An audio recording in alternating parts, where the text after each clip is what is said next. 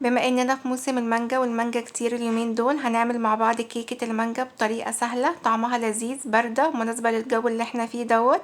لو اول مرة تشوفوني، انا اسمي فاطمة ودي قناتي. ياريت ما تنسيش تحطي لايك للفيديو واشتراك في القناة وتفعيلي الجرس عشان يوصلك كل جديد. اول حاجة في الخلاط تحط 4 بيضات ويكونوا بدرجة حرارة المطبخ، وهنحط كمان كوباية من السكر، وهنحط كمان فانيليا عشان زفارة البيض.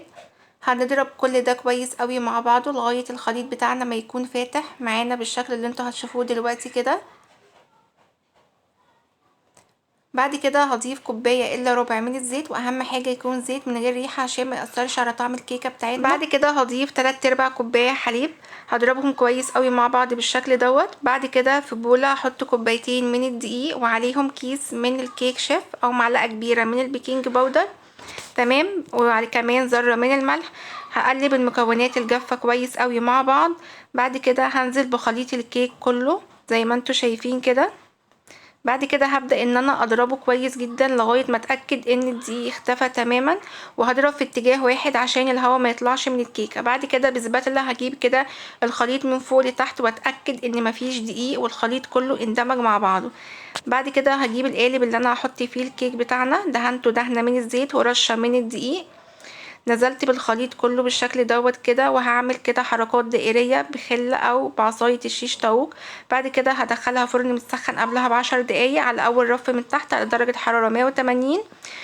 بعد كده بتطلع وبتبقى معانا بالشكل دوت. ما شاء الله الكيك طالع معايا اسفنجي وطري وهش جدا. هسيبها بقى شويه لغايه ما تبرد تماما. بعد كده هبدا ان انا اشيل وش الكيك بالشكل دوت كده، وهسويها عشان لما اجي احط عليها الكريمه ما تضايقنيش وتلزق على طول في الكيك. تمام، هعملها بالطريقه دي وهتبقى معانا بالشكل دوت. بعد اهم حاجه ان الكيك تبقى بارده معانا، هسقيها كده بنص كوبايه من الحليب، والخطوه دي اهم حاجه ان الكيك بتاعنا يكون بارد تماما.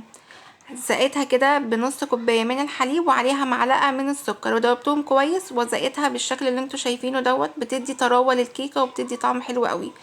وكده الكيك كان جاهز معانا. بعد كده جبت 3 باكت من الكريم شانتيه. هنا انا حطيت 2 ورجعت حطيت باكت تاني.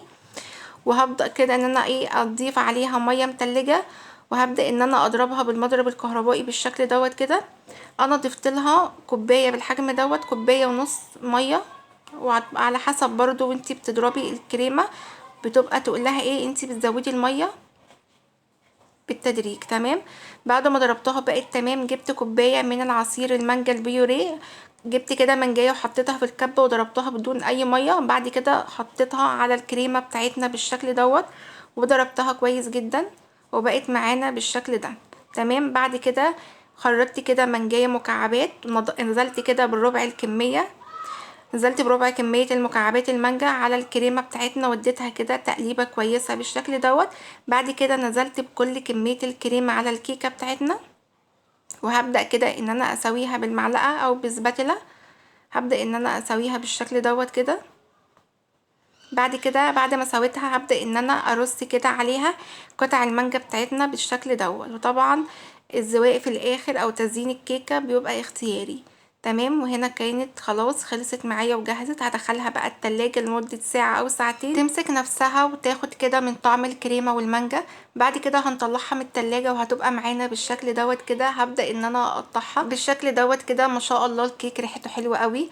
هبدأ كده ان انا اطلع منها ونشوف كده بقى وندوق ونشوف الطعم والجمال بتاعها. ما شاء الله الكيك طري وهش وطعمه حلو جدا. طعم الكريمة لوحده تحفة وجميل مع الكيكة مع المانجا، حلو جدا، عامل ميكس حلو قوي كده مع بعض. تحسوا كده ان انتوا بتاكلوا اشطوطة بالمانجا، طعمها فعلا لذيذ وجميل.